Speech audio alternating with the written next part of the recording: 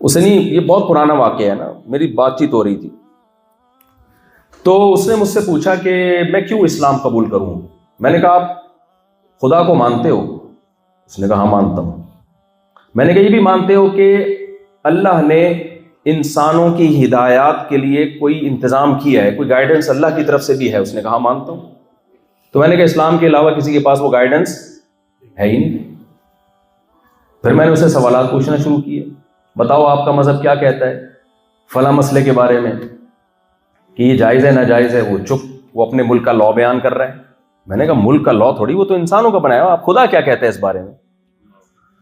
ایک ایک چیز کا میں نے پوچھا، کوئی جواب نہیں. میں نے کہا اچھا مجھے بتاؤ آپ کے مذہب میں مفتی ہوتے ہیں، روحانی پیشوا ہوتے ہیں، جن چڑیل بھوت بگانے والے پھونکوں والی سرکار ہر ملک میں ہوتی ہے. اسٹائل الگ الگ ہوتا ہے لیکن ہر ملک میں پھونک ہے. تو یہ بتانے والے، میں نے کہا مسلمانوں میں مفتی ہوتے ہیں، مفتی ہوتے ہیں جو مسائل بتاتے ہیں یہ جائز ہے یہ ناجائز. ہر عبادت کا پورا باب، نکاح طلاق کے پورے احکام، وراثت کے احکام، خرید و فروخت، اسلامک بینکنگ آپ نے سنا ہوگا کبھی، یہودی بینکنگ، عیسائی بینکنگ، ہندو بینکنگ، سکھ بینکنگ سنا آپ لوگوں نے؟ اسلام کے آئلی قوانین سنا ہوگا کبھی، ہندوؤں کے آئلی قوانین جو ہندو مذہب سے اخذ کیے گئے ہوں، 2-4 قوانین کے علاوہ کچھ بھی نہیں، اور وہ بھی فطرت سے دور ہیں، فطرت کو اپیل نہیں کرتے وہ. تو بھائی پیغام صرف محمد صلی اللہ علیہ وسلم کے پاس سے نکلا ہے، کسی اور کے جیب سے وہ پیغام نکلا ہی نہیں ہے. نکلا ہے تو سمجھ ہی نہیں رہا کوئی.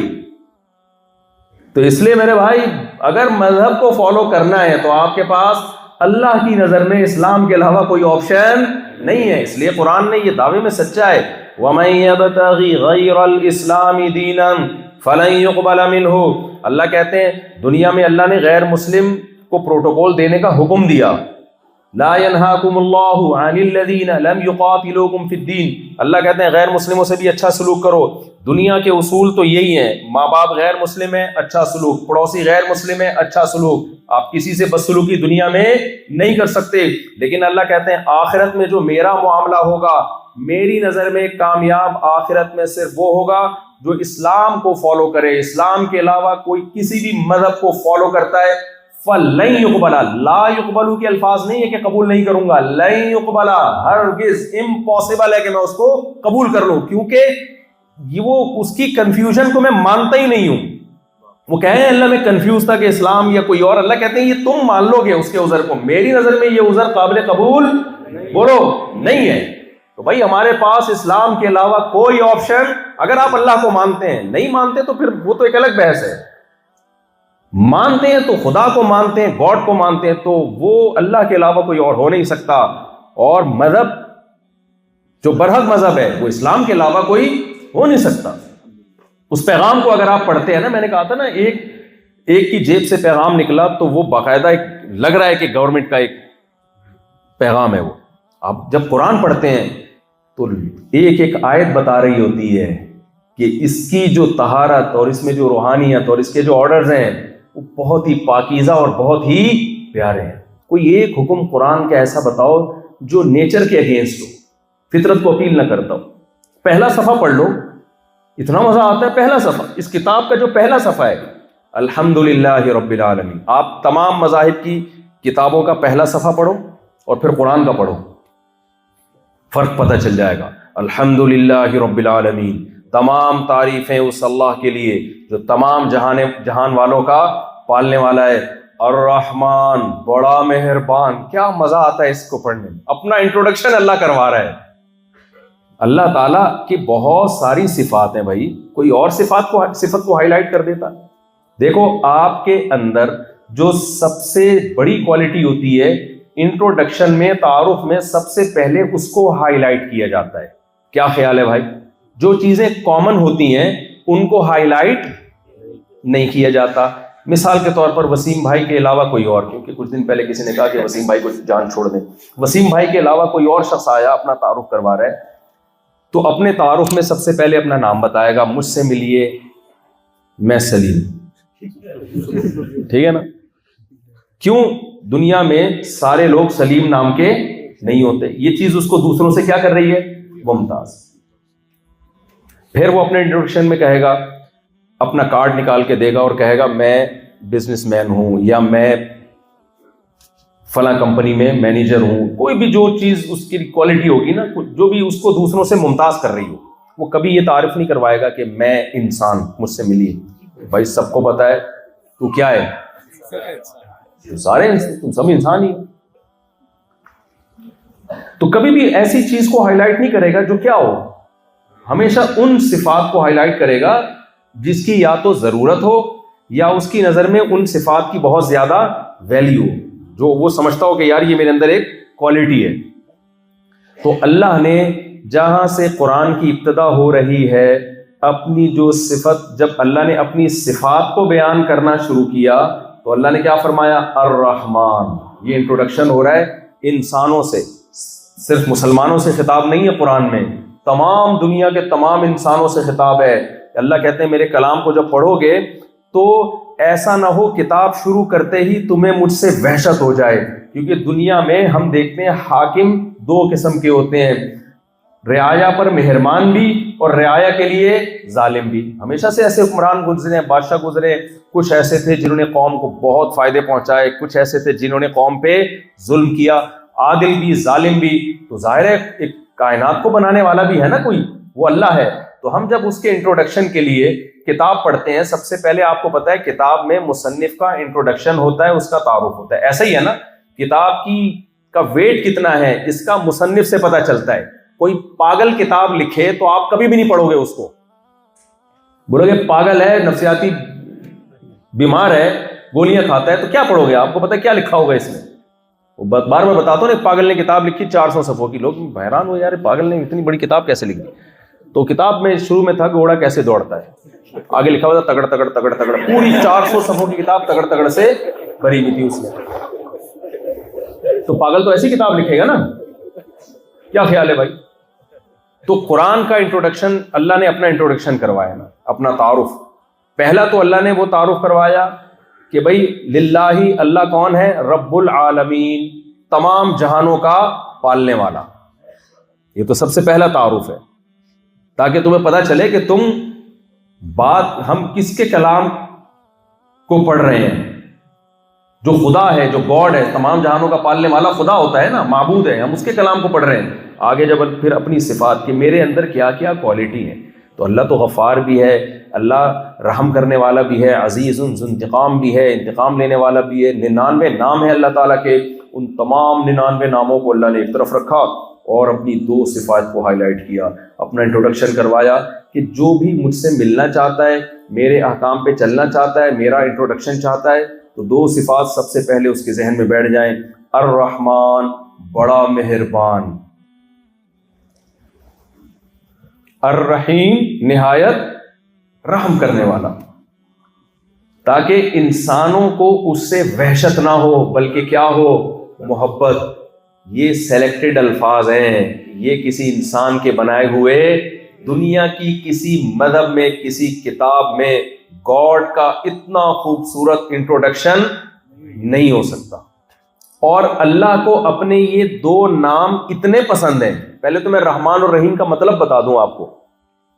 رحمان رحیم کا مطلب کیا ہے؟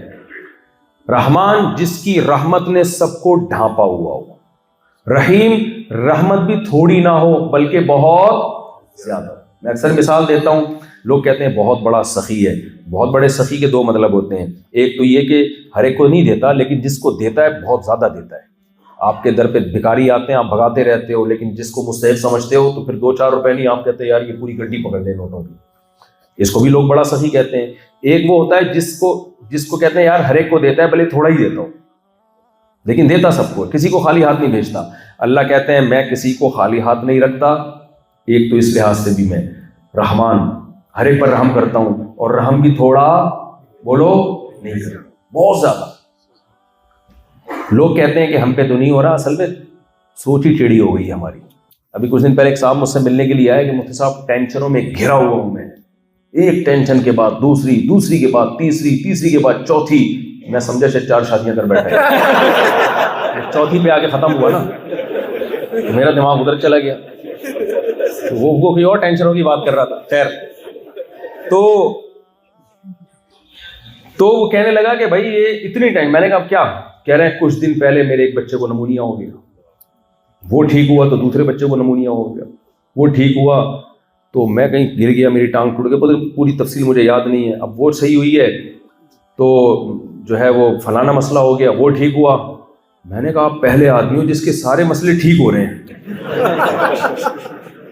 میں نے کہا تو خوش ساری باتیں وہ کر رہے ہو جس سے خوشی والی باتیں ہیں. آپ کے بچے کو نمونیا ہو, ٹھیک ہو گیا, وہ اب ٹھیک ہونے پہ ٹینشن کچھ نہیں ہو رہا, وہ نمونیا ہونے پہ ٹینشن ہو رہی ہے اس کو.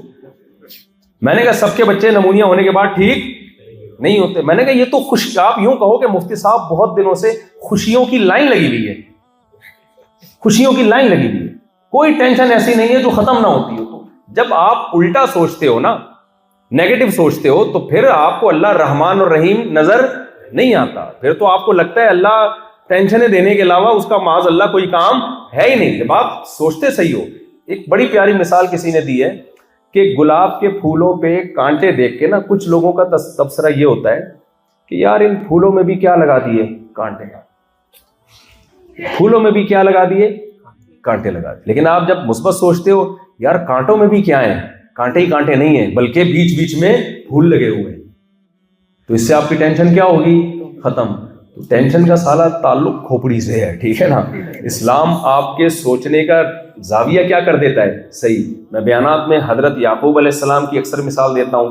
یعقوب علیہ السلام کی ساری زندگی ٹینشنوں میں ہی گزری ہے, یوسف علیہ السلام کی ساری زندگی ٹینشنوں میں ہی گزری ہے.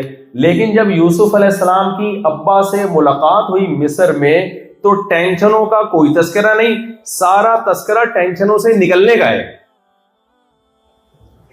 کہ شیطان نے بھائیوں کو ورغلا دیا تھا, کنویں میں ڈال دیا تھا, اللہ نے مجھے کنویں سے نکالا, جیل میں ڈال دیا گیا, اخرجنی من السجن, اللہ نے مجھے کیا کیا, جیل سے نکالا. آپ کو اللہ نے گاؤں کی زندگی سے شہر کی زندگی عطا کی. ان ربی لطیف لما یشاء, واقعی میرا رب بہت لطف والا ہے جس کے لیے چاہتا ہے.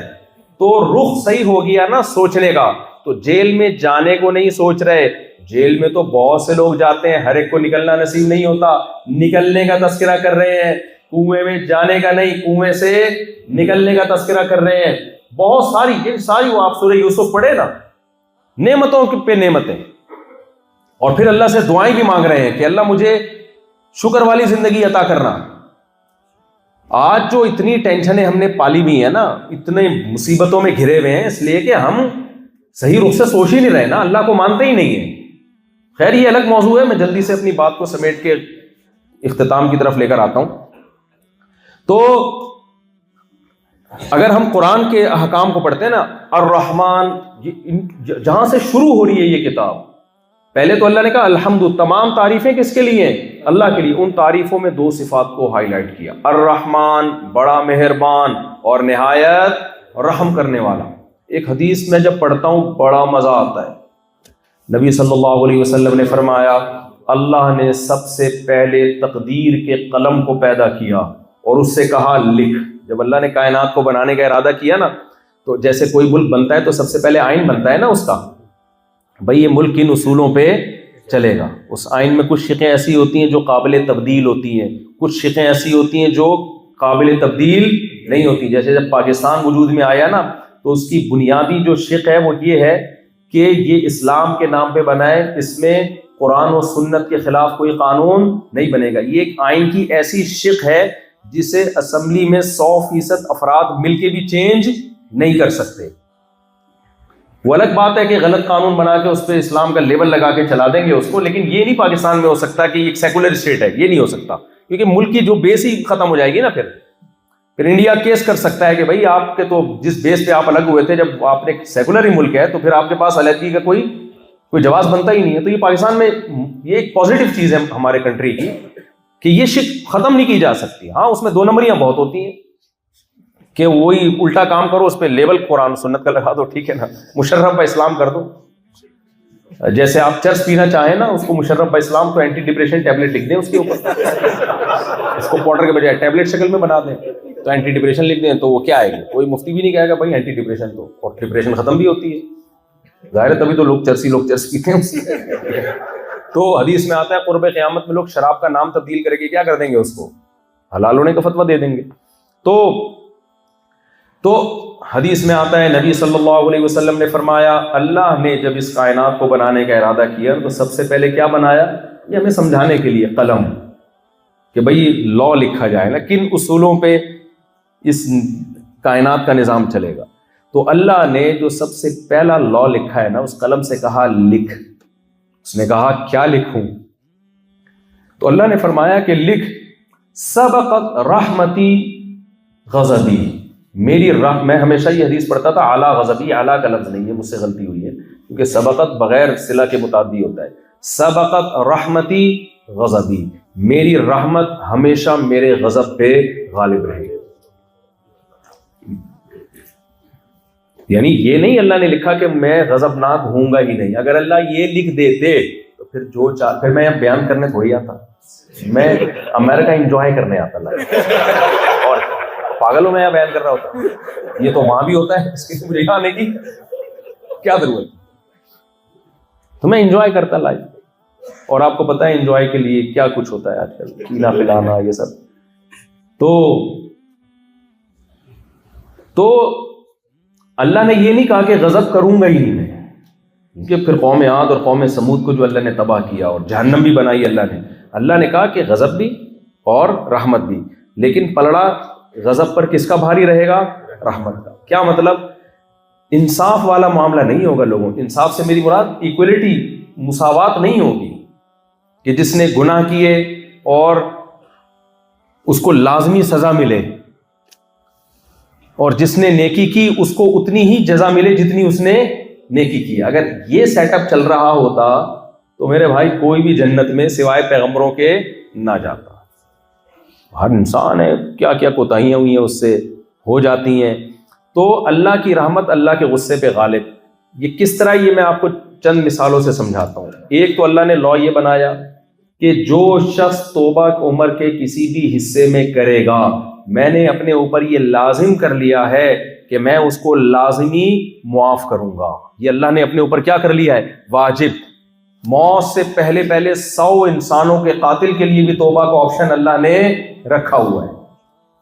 لیکن موت کا نہیں پتا کہ کب آئے گی. اور یہ بھی قانون بنا دیا ہے، غضب کا تقاضا یہ ہے کہ جس موت کا جب وقت ہوگا اس وقت توبہ قطعاً قبول نہیں ہوگی.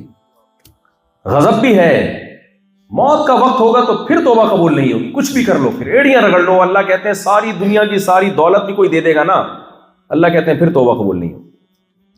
تو یہ غضب ہے. لیکن رحمت کیا ہے؟